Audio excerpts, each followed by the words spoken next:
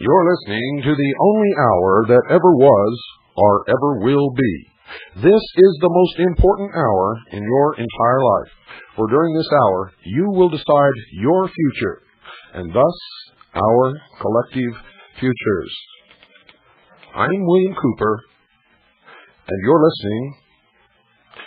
listening, ladies and gentlemen, to the hour of the sun. Ladies and gentlemen, I have in my hands a letter from Empower America, 17761 Street, Northwest, Suite 890, Washington, D.C., 20006. The phone number is 202-452-8200. I'm going to read this letter to you. It's dated January the 14th, 1994. It was addressed to me and sent to me. Dear friend, next week's Arizona's legislature begins a special session to consider the Essentials of Education Reform Bill. The bill, sponsored by State Representative Lisa Graham and endorsed by Governor Fife Symington and the House and Senate leadership, would provide bold, comprehensive reform of public schools and begin a school choice program allowing low-income children to go to the private school of their parents' choice. William J. Bennett, former United States Secretary of Education, and Jack Kemp, former United States Secretary of Housing and Urban Development, both strongly support the proposed legislation.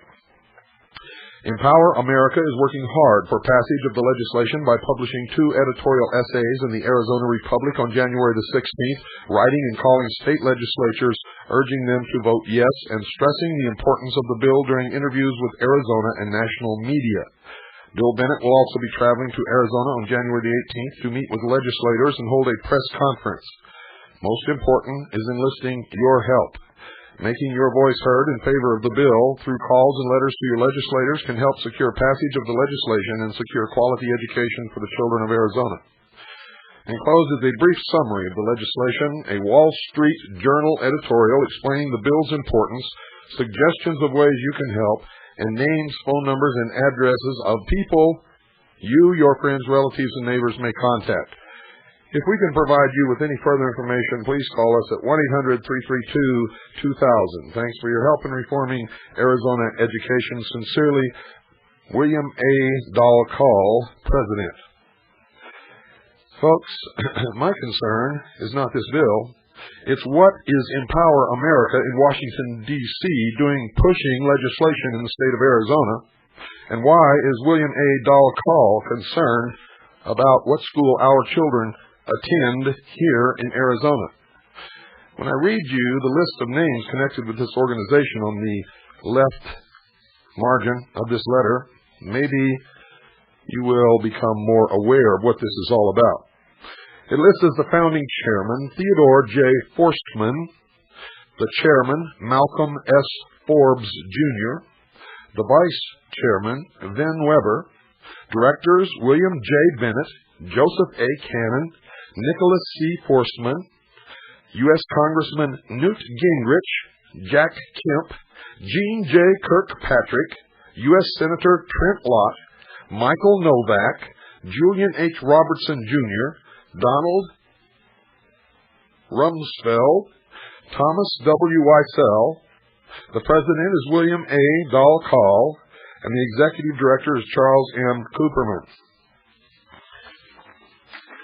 Why is the Wall Street Journal interested in where the children of Arizona attend school? What's William Bennett doing with his nose in this? They don't live in Arizona. None of these people live in Arizona, ladies and gentlemen. When you hear the answer, you'll know why. He sent this, Empower America, the Prospects for School Choice in Arizona. A special session of the Arizona House of Representatives will be held in mid-January to consider an education reform and school choice bill entitled Essentials of Education Reform, sponsored by Representative Lisa Graham, a Republican and chair of the House Education Committee. The bill is endorsed by Governor Fife Symington and the Arizona House and Senate leadership. That's right, folks. All the traitors in Arizona. Empower America endorses the legislation. We believe the bill represents bold and comprehensive education reform and will promote school safety, accountability, decentralization, and the empowerment of parents rather than bureaucrats, and it's all lies. The proposal includes the following provisions. Parental Choice Program providing vouchers up to $1,500 per student to a limited number of low-income families to cover the cost of private school tuition. Open enrollment statewide. Charter schools. Public schools required to publish an annual report card detailing performance. Incentives for expanding advanced placement programs. School receives an additional $100 for each student who passes an AP test. Improvement of alternative placement program for disruptive students, making it easier to place such students in more appropriate facilities within the public school system.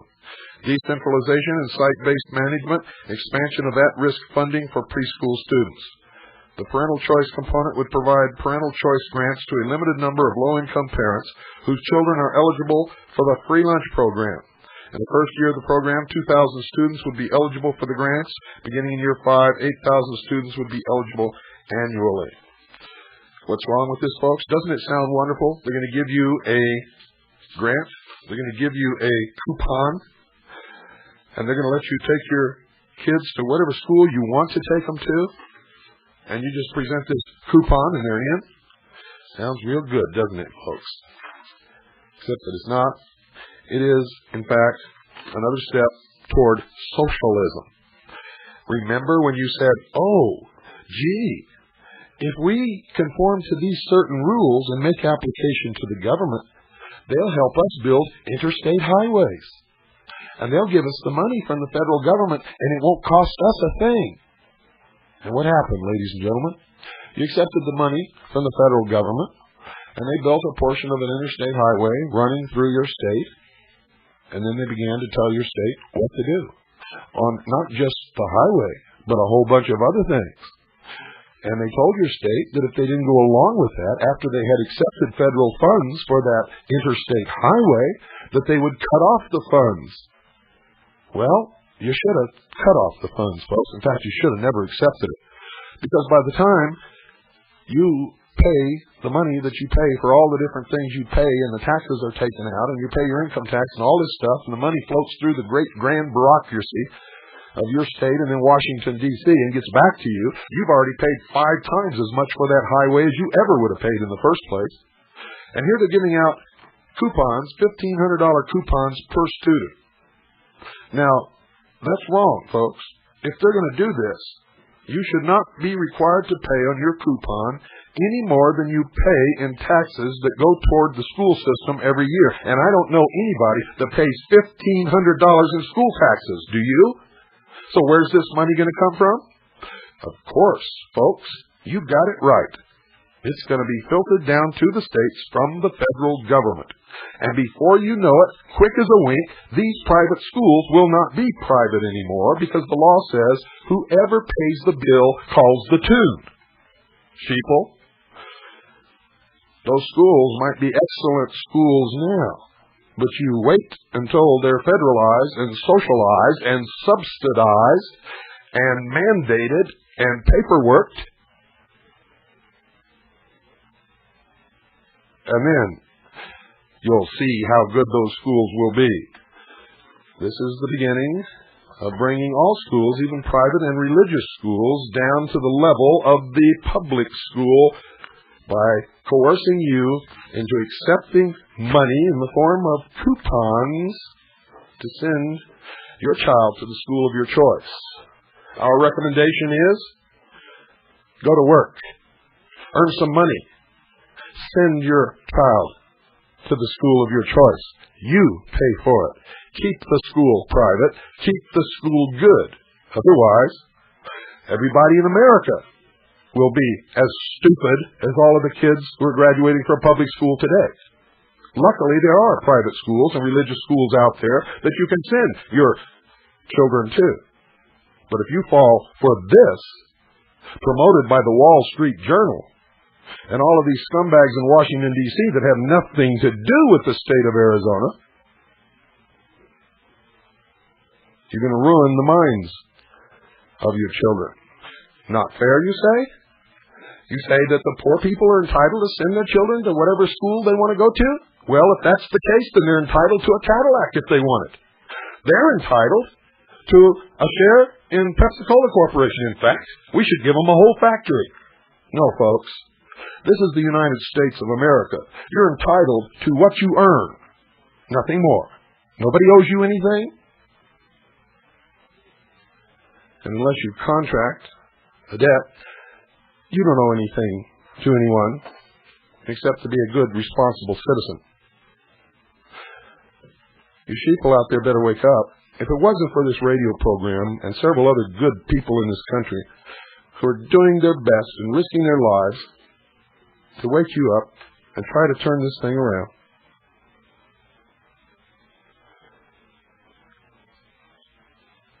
you would be absolutely gone. Gone, and maybe you are. Maybe you'll stay gone. You see, people are actually getting this, opening it up and say, oh, this is wonderful. This is wonderful. Oh, now, on top of all the other benefits we get from Daddy, from the socialist state, now we get coupons. We can send our children to any school we want to. My little Johnny's going to Harvard. Where are you sending your little Susie? Wake up, dummies. You better wake up. Let's continue with where we left off yesterday at the end of the early show. And I was reading an article from the Congressional Record of the Senate. And let me see. This was from page 1962, page 3217, Congressional Record of the Senate. And I'll back up just a little bit so you get the gist of what this was all about. In the first phase, all nuclear weapons tests by nations would be prohibited, production of fissionable material stopped, strategic delivery systems reduced, and conventional arms and armed forces would be cut. In the second phase, present stocks of nuclear weapons would be reduced. Further cuts would be made in armed forces, armaments, and delivery systems, and military bases and facilities would be dismantled. At the same time, a peace force would be established for the United Nations. A peace force would be established for the United Nations. In the third and final phase, all nations would possess only those forces, non-nuclear armaments and establishments required for the purpose of maintaining internal order. Of maintaining internal order. Not defending us. They would also support and provide agreed manpower for a United Nations peace force. They would also support and provide agreed manpower for a United Nations peace force. This force would be fully functioning and would be sufficiently strong to overpower any individual nation or combination of nations resisting its will. Do you understand what I just read to you, ladies and gentlemen, right out of the Congressional Record of the Senate? Let me read it again, should you have wax in your ears or some other obstruction between you and your radio. This force would be fully functioning and would be sufficiently strong to overpower any individual nation or combination of nations resisting its will. There you have it. 1, 2, 3, bingo! The United Nations rules the world. And who rules the United Nations? That is the question. For if one moment old Nikita thinks he isn't going to rule the UN, you can bet your last kopeck he's not going to fall for a trap like this.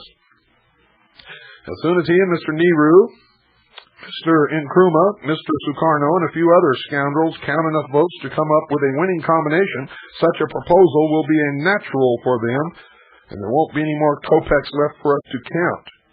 That's the beauty of the system from Mr. Khrushchev's point of view, of course. It's heads he wins, tails we lose. And speaking of votes, one of the most interesting, if most frightening aspects of this proposal is the lineup on an 18-nation negotiating body in the United Nations, which soon will be considering this disarmament scheme. Originally, this committee was composed of 5 Western nations, Britain, Canada, France, Italy, and the United States, and 5 Soviet bloc nations, Bulgaria, Czechoslovakia, Poland, Romania, and the Union of Soviet Socialist Republics. But the sharp division of these 2 factions resulted in a complete deadlock, and on June 27, 1960, the Soviets walked out. Then somebody came up with the bright idea of adding 8 independent nations to the committee as a compromise.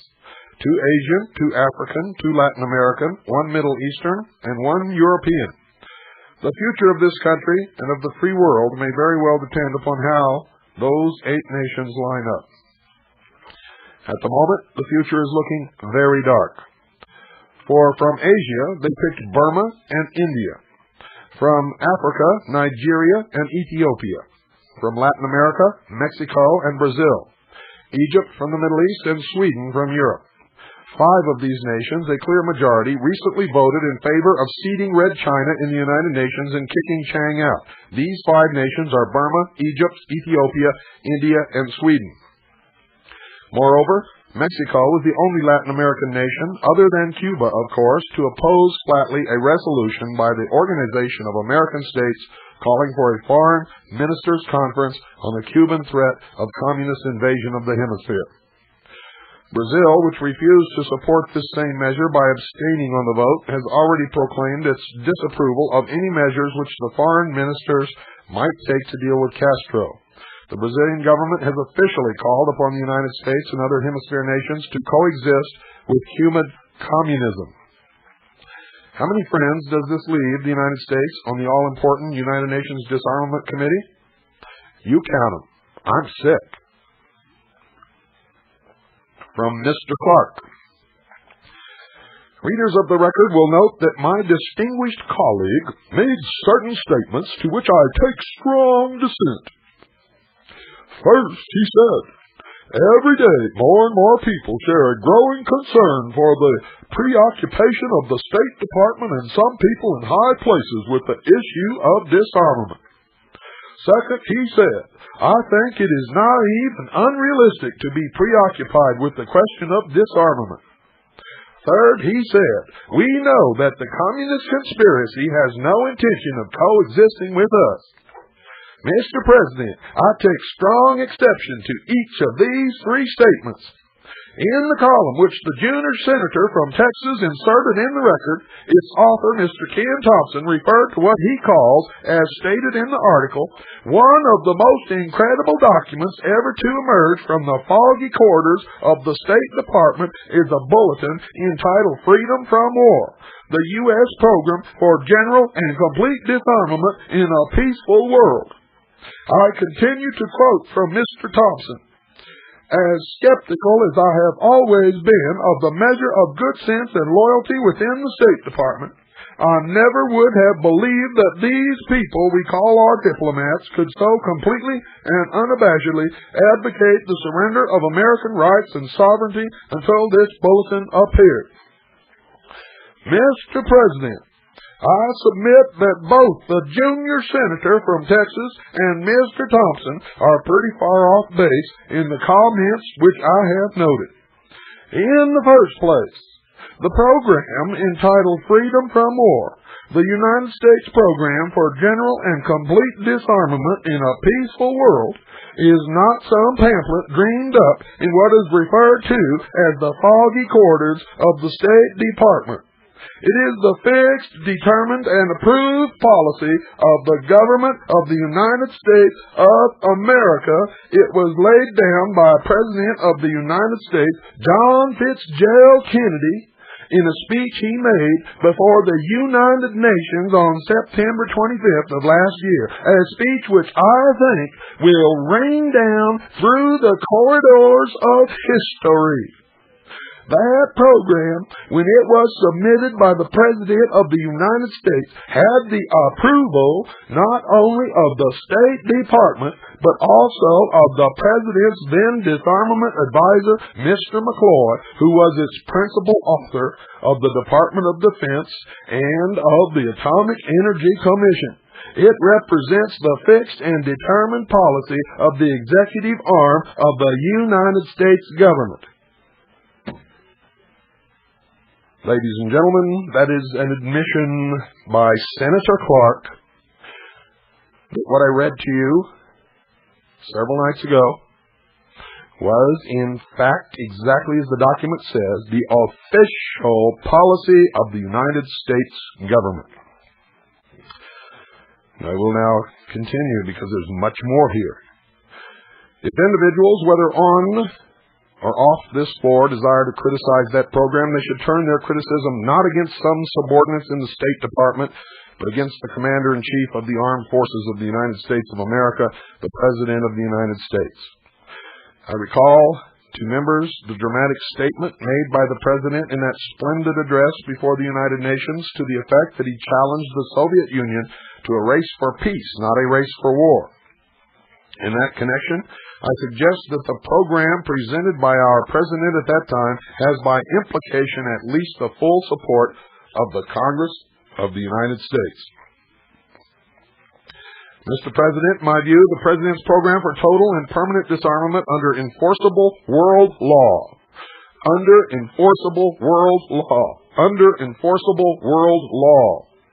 is not only that of his administration, but is also the kind of program which Congress envisioned when last summer it passed the statute creating the United States Arms Control and Disarmament Agency. That bill was passed on September 8th by the Senate by a vote of 73 to 14, only approximately 2 weeks before the President made his historic appearance before the United Nations. The bill was passed a few days later by the House of Representatives by a vote of 280 to 54, as expressed in the first annual report of the United States Arms Control and Disarmament Agency. Successful arms control and disarmament negotiations are, of course, the chief purpose of the agency's existence and the goal to which its energies are directed. Therefore, Mr. President, I submit that the executive and the legislative branches of our government are substantially in accord in supporting the President's program for total and complete disarmament under enforceable world law. And I suggest that it is neither naive nor unrealistic, as was suggested by the junior senator from Texas, for the Congress of the United States and the people of the United States to take an active, keen, and present interest in the subject of disarmament. Far from its being naive to be preoccupied with this subject, I suggest that disarmament, world peace, and world law not only should be, but are, the constant preoccupation of all intelligent and educated men and women who desire to survive in freedom. And ladies and gentlemen, I, William Cooper, tell you that's the biggest crock of bullshit that you'll ever be fed in your life.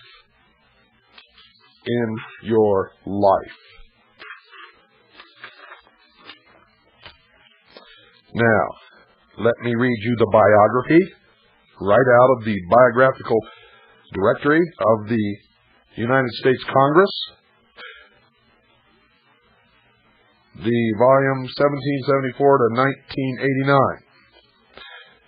Senator Clark Joseph Still, a senator from Pennsylvania, born in Philadelphia, Pennsylvania, October the 21st, 1901. Attended Chestnut Hill Academy.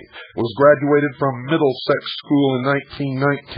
Harvard University in 1923, and the University of Pennsylvania Law School in 1926. Was admitted to the bar in 1926, and commenced the practice of law in Philadelphia, Pennsylvania during the Second World War. Served with the United States Army Air Corps 1941 to 1945, attaining the rank of colonel.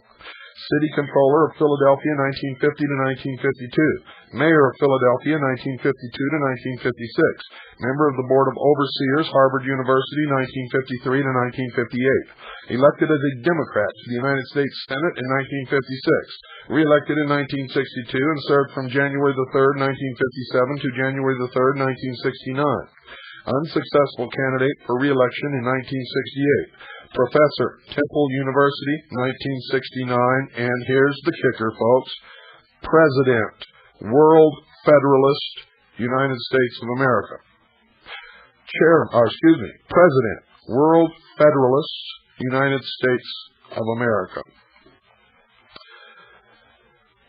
And I'm not going to go into who they are. I want you to look it up. We've already done it on past programs of the Hour of the Time.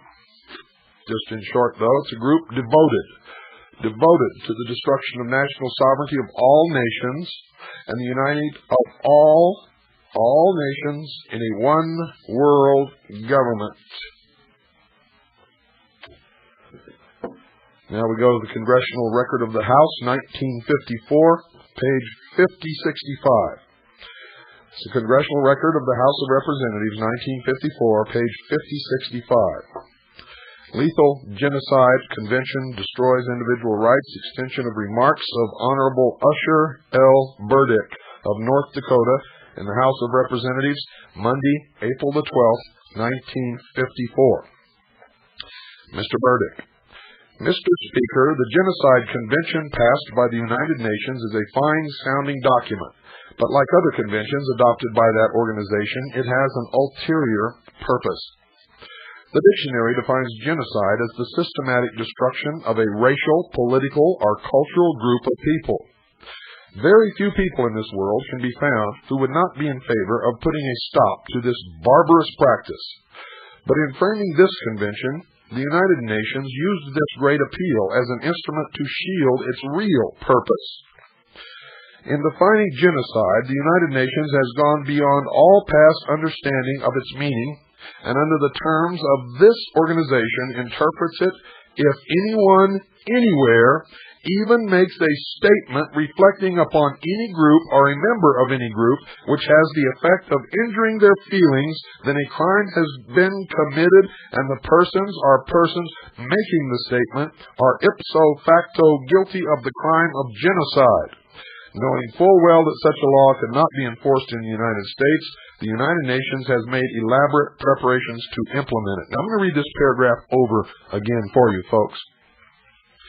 In defining genocide, the United Nations has gone beyond all past understanding of its meaning, and under the terms as this organization interprets it, if anyone, anywhere, even makes a statement reflecting upon any group or a member of any group which has the effect of injuring their feelings, then a crime has been committed and the persons making the statement are ipso facto guilty of the crime of genocide.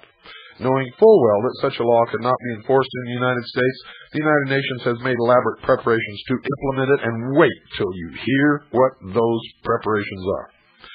First of all, the interpretation of this law and trials conducted under it are not entrusted to the courts of this or any other country, but come under the jurisdiction of a court of its own, which the United Nations has set up, an international court of justice which has civil and criminal jurisdiction.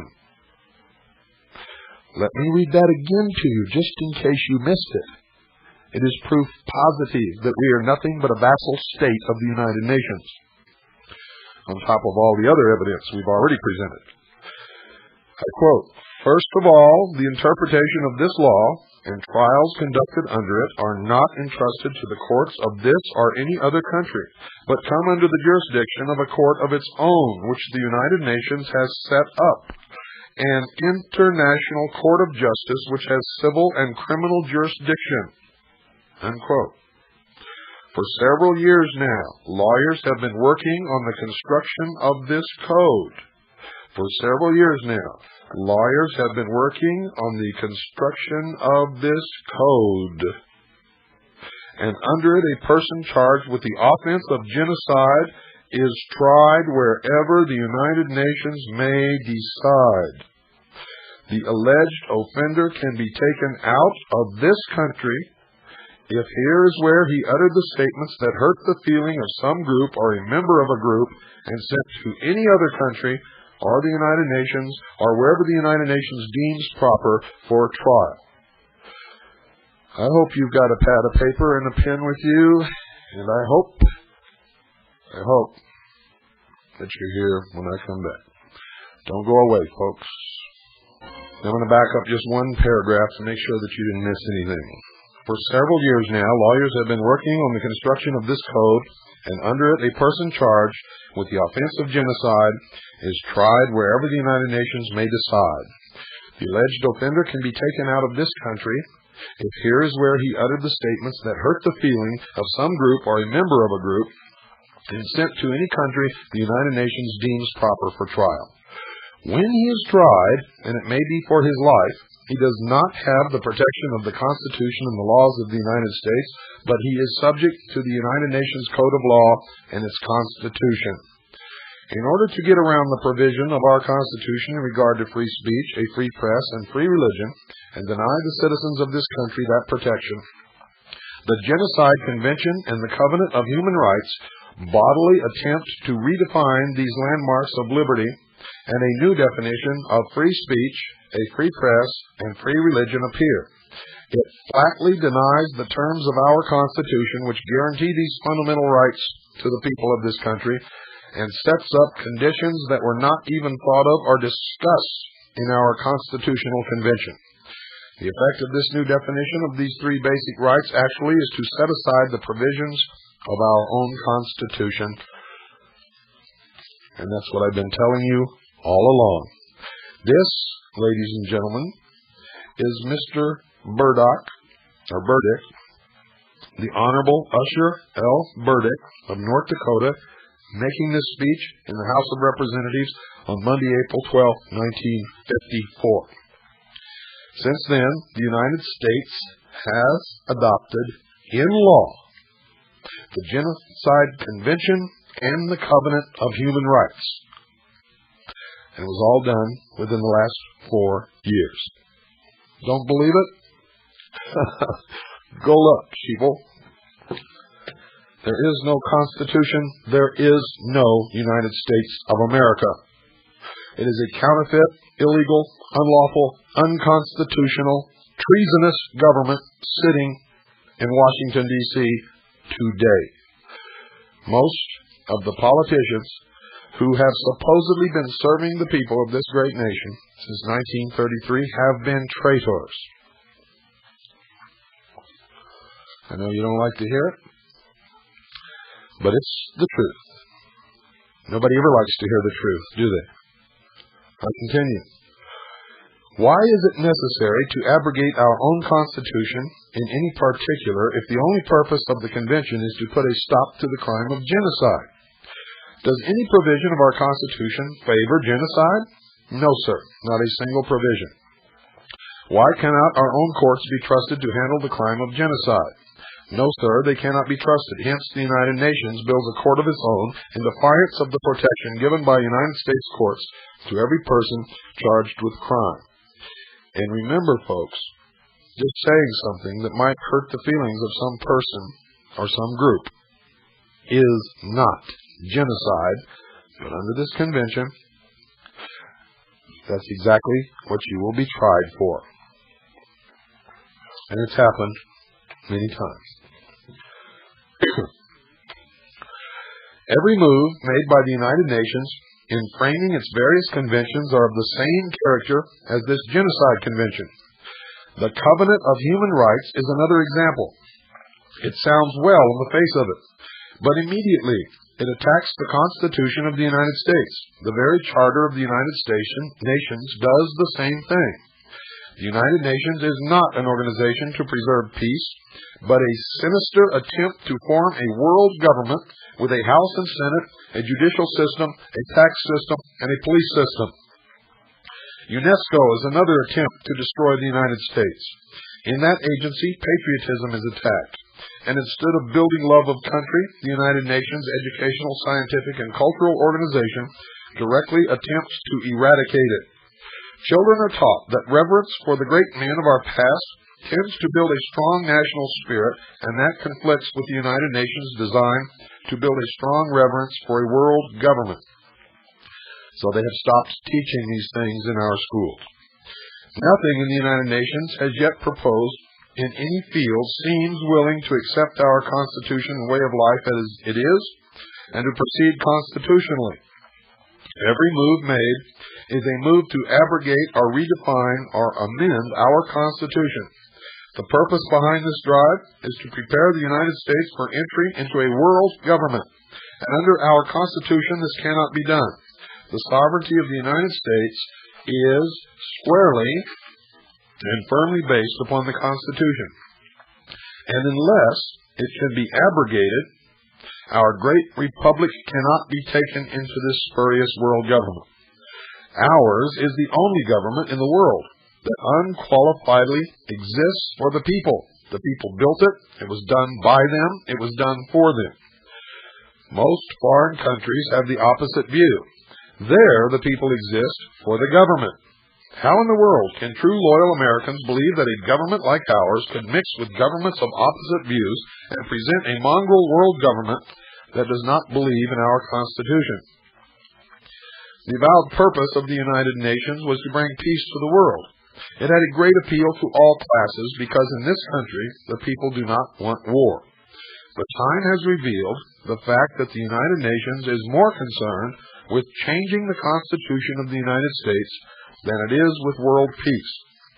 We would need no organization of this character to obtain peace if it were not for Russia. Russia and her satellites are the only ones indulging in aggression. Yet Russia is a member of the organization which professes peace, but is actually spreading war. Russia holds a powerful position in the United Nations, for the military head of that organization has always been a Russian citizen. The military head of that organization has always been a Russian citizen. The military head of the United Nations has always been a Russian citizen, and always will be. For a secret agreement made in London between Molotov and Alger Hiss provides that the Russians should hold that office permanently. Did you hear what I said, ladies and gentlemen? This is out of the mouth of a congressman who knows. Russia is recognized by this country and maintains a cesspool of communists right here in this great capital city. She can speak her ism with impunity.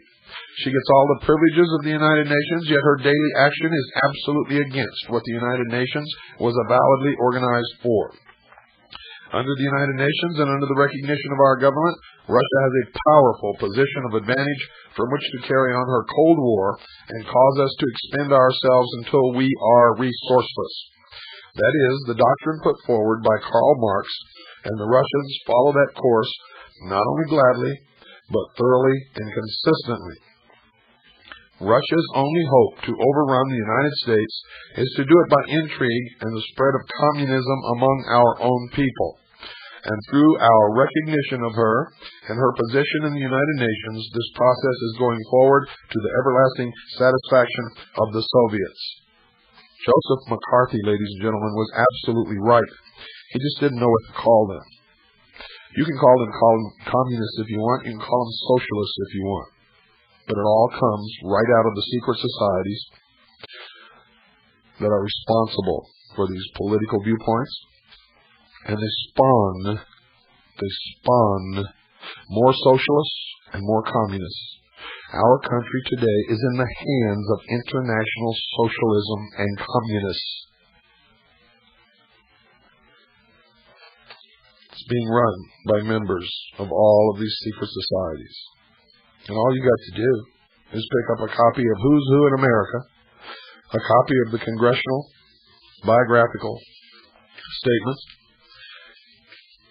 and just go down the list of names, and you will see it's all there, ladies and gentlemen. How long will it take the American people to rise up in their might and demand our withdrawal from this communistic enterprise? I do not know. But they are becoming more enlightened as the days pass. He said that in 1954. I think they became dumber, more ignorant, more stupid, more apathetic, and more irresponsible since 1954. And his closing paragraph, our only fear for the security of the future is the fear that our own people will fall victims to this Russian world propaganda. Well, you don't believe that the head of the military in the United Nations is a Russian and has always been a Russian and always will be a Russian, as the congressman said? He knows. In case you don't believe him or me, and read to you from Try Give Lies biography, or autobiography, I should say. Try Give Lies autobiography, In the Cause of Peace. 7 years with the United Nations, and he was the Secretary General. He was the Secretary General of the United Nations. His name is Try Give Lie. The name of his book, In the Cause of Peace, 7 years with the United Nations, published by the Macmillan Company, New York, 1954, if you'd like to get a copy. And I'm going to go directly to page 45. I'm going to read to you from the second paragraph on. Mr. Wyszynski did not delay his approach. He was the first to inform me of an understanding which the Big Five had reached in London on the appointment of a Soviet national as Assistant Secretary General for Political and Security Council Affairs. Mr. Wyszynski simply spoke of an agreement. He said nothing of its binding quality, of the right of the Big Five to arrive at it, or of the length of time it was meant to apply. Now, by the terms of the Charter, the Secretary General has full authority in the disposition of the Assistant Secretary Generalships with respect both to their nationality and to their personality. The authority, in fact, was the point of a hard-won decision at San Francisco, which rejected an attempt to prescribe that there should be 4 Deputy Secretaries General appointed by the General Assembly upon the recommendation of the Security Council. In the same manner as the Secretary General, strictly speaking, therefore, the Big Five had no right to arrive at any understanding regarding the distribution of the offices of Assistant Secretary General, which was binding upon the Secretary General. This is not to say, however, that it would have been politic of me to resist the great power accord. Moreover, I welcomed the understanding as a sign of goodwill and confidence between East and West, that the Soviet Union wanted one of its nationals to fulfill the premier assistant secretaryship could be taken as another indication of serious Soviet interest in the United Nations, and that the United States was willing to agree to accord this key post to a national of the Union of Soviet Socialist Republics was evidence of an American desire to encourage this interest for the sake of world peace.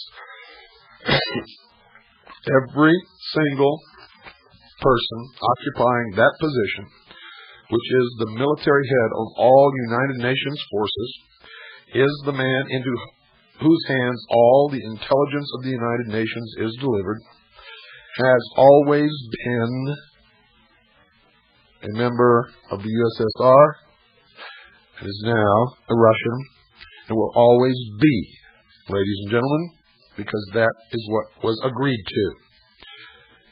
Now, you've heard it from me, you heard it from a congressman, and you heard it from the Secretary General of the United Nations. So don't call tomorrow and tell us that we're full of baloney, because we're not. I read you now from the Congressional Record of the House of Representatives, January 15, 1962. None is so blind as he who will not see. Mr. Speaker, I ask unanimous consent to address the House for 1 minute and to revise and extend my remarks. The Speaker, is there any objection to the request of the gentleman from California? There was no objection. Mr. Speaker, on the opening day of the second session of the 87th Congress, I introduced House Resolution 9567, a bill to rescind and revoke membership of the United States in the United Nations and the specialized agencies thereof, and to repeal the Immunities Act relative thereto. I introduced this resolution because it is my firm conviction that this nation cannot survive as a republic as long as we are shackled to an international organization by a treaty which supersedes our Constitution. He admits right there. They all know. They've always known. And I'm going to read this paragraph again for you. I introduced this resolution because it is my firm conviction that this nation cannot survive as a republic as long as we are shackled to an international organization by a treaty which supersedes our Constitution. Period. How about that? And down further, let's skip a couple of paragraphs here. To prove my point, I submit the following facts for a candid review. Our Constitution provides, this Constitution and the laws of the United States which shall be made in pursuance thereof, and all treaties made, or which shall be made, under the authority of the United States, shall be the supreme law of the land. Hence, any law enacted by Congress pursuant to a treaty becomes the supreme law of the land, even though it would otherwise be unconstitutional. The supremacy of laws under a treaty was clearly set forth in the decision of the United States Supreme Court in 1920 in the Missouri versus Holland case, wherein a federal law, otherwise unconstitutional, was held valid because of a treaty between Canada and the United States. This decision clearly held that where there was a conflict between the provisions of our Constitution and the provisions of a treaty, this conflict must be resolved in favor of the treaty. You can get a record of the Supreme Court decisions, and you can read it for yourself, ladies and gentlemen. We have a copy. This same doctrine has been extended to include executive agreements. The result of this situation has been to destroy our limited form of republican government and has denied to each state a republican form of government as guaranteed by the Constitution, and has supplanted it with a government of unlimited powers, which destroys the historical separation of executive, judicial, and legislative branches of our government. This was certainly never envisioned by the framers of the Constitution. So here you've learned that according to the rulings of the Supreme Court, any treaty, when in conflict with the Constitution, the conflict must be resolved in favor of the treaty. And this applies also to executive agreements, ladies and gentlemen. And it explains an awful lot of what has been happening in the world lately. He continues, when the United Nations Charter was submitted to the Senate for ratification, great stress was laid upon Article 2, subparagraph 7, which states, quote, nothing contained in the present charter shall authorize the United Nations to intervene in matters which are essentially within the domestic jurisdiction of any state, or shall require the members to submit such matters to settlement under the present charter, unquote. I do not believe that the United States Senate would have ratified this treaty without relying on the above quoted paragraph. However, this paragraph has been completely and constantly ignored over the past 16 years, and every organization, commission, and covenant flowing out of the United Nations Charter has been for the sole purpose of intervening in matters which are essentially within the domestic jurisdiction of the member nations as well as the several states of our own Union, completely destroying the sovereignty of each state to legislate in contravention of the treaty provisions. Mr. Moses Moskowitz, a noted internationalist, made the following statement in the American Bar Association Journal of April 1949, 35 ABAJ 283 and 285. Quote, once a matter has become in one way or another the subject of regulation by the United Nations, be it by resolution of the General Assembly or by convention between member states at the instance of the United Nations, that subject ceases to be a matter being essentially within the domestic jurisdiction of the member states. As a matter of fact, such a position represents the official view of the United Nations, as well as of the member states that have voted in favor of the Universal Declaration of Human Rights. Hence, neither the declaration nor the projected covenant nor any agreement that may be reached in the future on the machinery of implementation of human rights can in any way be considered as violative of the letter or spirit of Article 2 of the Charter. Following this, the Atchison State Department made this official declaration. Quote, there is now no longer any real difference between domestic and foreign affairs, unquote. These statements plainly render Article 2, subparagraph 7 of the Charter meaningless. John Foster Dulles, a former Secretary of State, in a speech before the American Bar Association in Louisville, Kentucky, April 12, 1952, said this, quote, treaty law can override the Constitution. They, meaning treaties, can cut across the rights given the people by the Constitutional Bill of Rights, unquote. This conversion of our limited republic to an unlimited democracy is a death blow to this nation. The realization of this tragedy was the reason for the proposal of the Bricker Amendment nearly a decade ago. The Bricker Amendment simply provided that when there was a conflict between the Constitution of the United States and a treaty, that conflict must be resolved in favor of the Constitution. And yet the Bricker Amendment was defeated by a narrow margin under strong propaganda pressure from the Council on Foreign Relations and politicians who gloried in the unlimited power conveyed upon them by the United Nations Charter. There were just too many politicians and too few statesmen. Did you catch that, folks? Traitors. Traitors. Treason. We have no nation. We are free to do what we will. It continues. Remember, I'm reading directly from the Congressional record of the House of Representatives, January 15th, 1962. I'm now on page 215. First paragraph, top left. Now let us look at the record according to Triglav, longtime Secretary General of the United Nations. He stated flatly that there was a secret agreement between Alger Hiss and Molotov to the effect that the head of the United Nations military staff should always be a communist.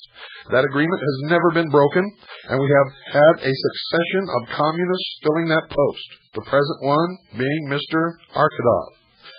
As a first consequence of this treasonous agreement, you see, I'm not the only one who calls it treasonous. Let me repeat that again. As a first consequence of this treasonous agreement, this country lost its first military engagement in Korea at a cost to this country of more than $20 billion and 145,000 American casualties, to say nothing of the honor and prestige of this nation. All battle plans of our forces in Korea, all intelligence, everything went through the communist military commander in the United Nations, who approved or disapproved, but in all cases relayed all the information directly to the Chinese communist commanders of the opposing forces.